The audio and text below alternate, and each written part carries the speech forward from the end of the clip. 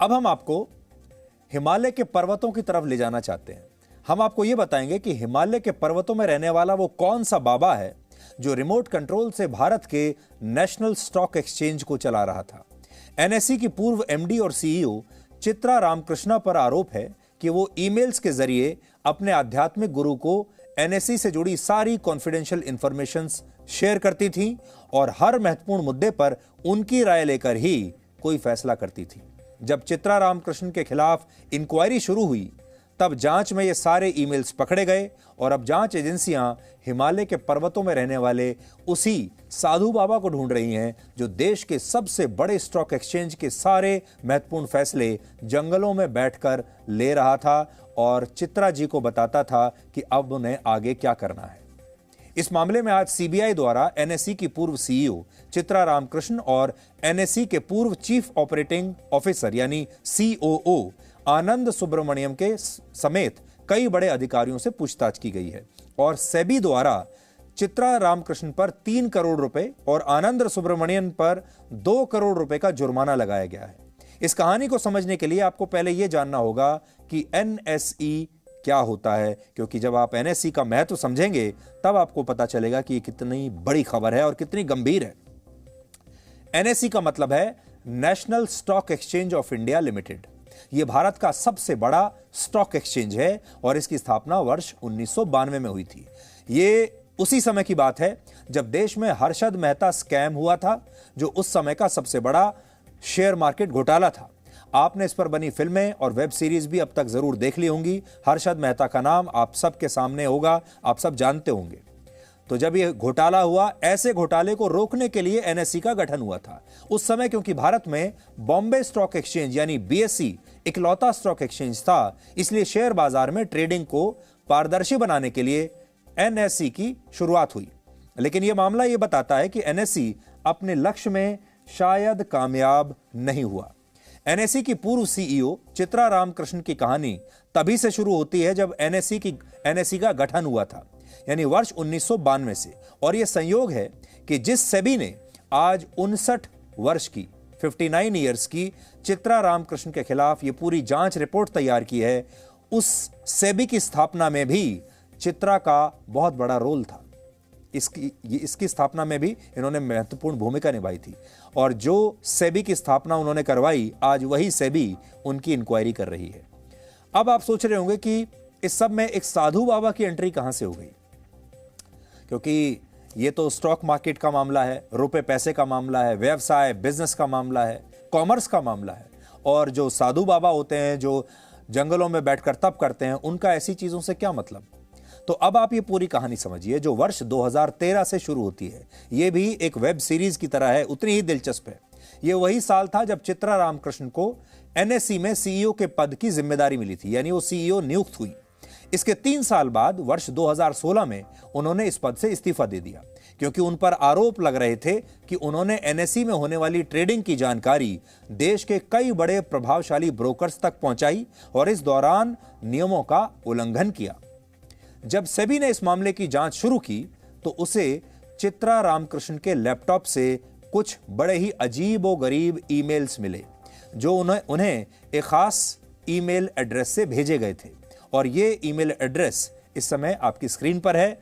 ये है rigyajur.sama@outlook.com। rigyajur.sama। अगर आप ध्यान से देखेंगे तो इसमें तीनों वेदों के नाम हैं, ऋग्वेद, यजुर्वेद और सामवेद।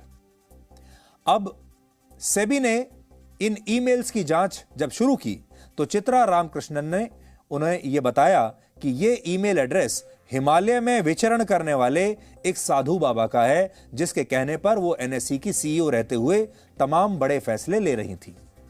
तो वो ये कह रही हैं कि साधु बाबा बताते थे कि क्या करना है और फिर मैं वैसा ही करती थी।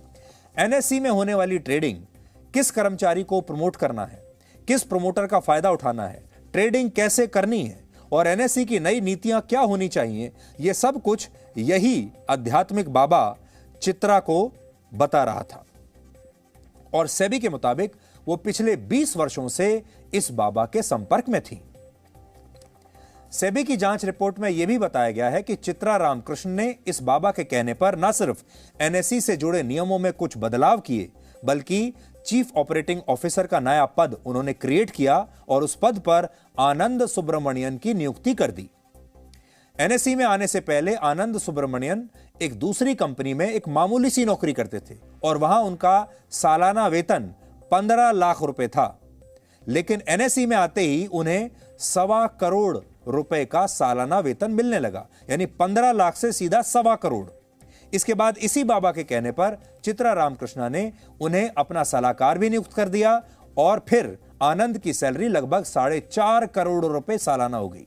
सोचिए, 15 लाख रुपए से 4.5 करोड़ रुपए सालाना। एक बाबा के कहने पर एनएसई में आनंद सुब्रमणियन सीधे 15 लाख सालाना की सैलरी से 4.5 करोड़ रुपए की तनख्वाह पर पहुंच गए। इस मामले में जो बात सबसे ज्यादा खटक रही है वो ये कि जिस बाबा ने आनंद सुब्रमण्यम को एनएसई में इतने बड़े पद पर नौकरी दिलाई, उसकी कोई तस्वीर, कोई ठिकाना, कोई एड्रेस किसी के पास नहीं है और ना ही आनंद सुब्रमण्यम की ज्यादा तस्वीरें भी किसी के पास है। केवल एक ही तस्वीर, आज जब हमने खोजा, बहुत इसकी रिसर्च की, तो आनंद की भी एक ही तस्वीर हमें इंटरनेट पर मिली है जो इस समय आप देख रहे हैं। इसके अलावा आनंद की कोई तस्वीर इंटरनेट पर नहीं है। ये आनंद सुब्रमण्यम है जिस पर बाबा का सीधा आशीर्वाद था। चित्रा के ठीक पीछे खड़े हुए हैं।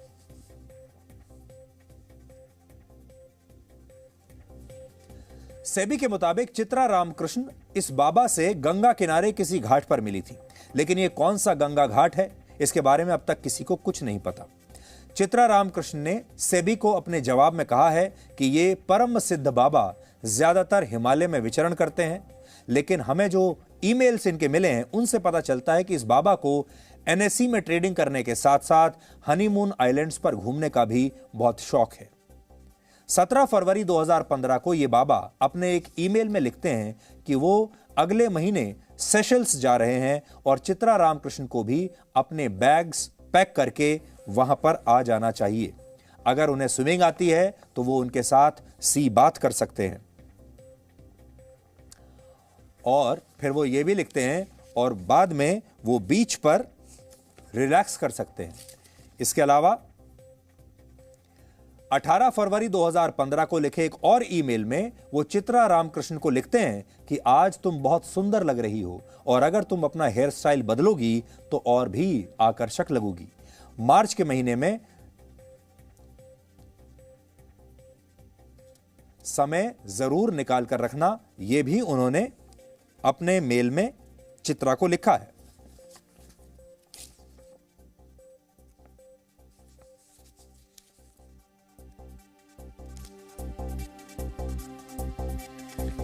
तो आज मैं वो सारे ईमेल्स भी अपने साथ लेकर आया हूं जो ये दोनों एक दूसरे को लिखा करते थे।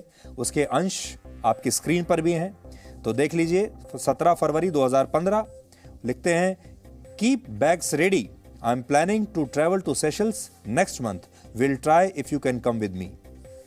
और फिर उनको आगे भी लिखते हैं, if you know swimming then we could enjoy a sea bath in Seychelles and rest in the beach.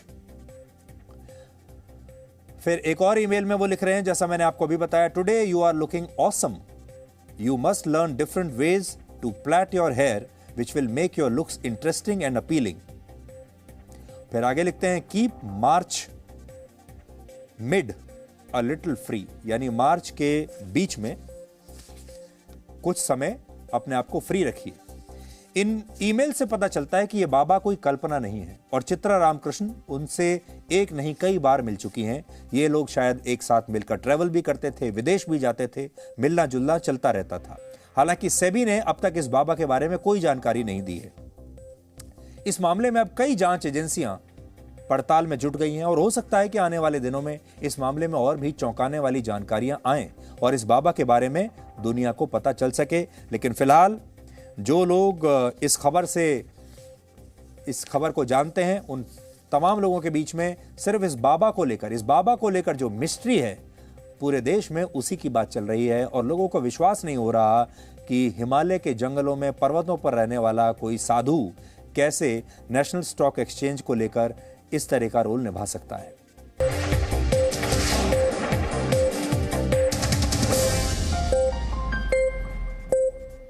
Marketing. B News app available on Google Play and App Store. Download it now.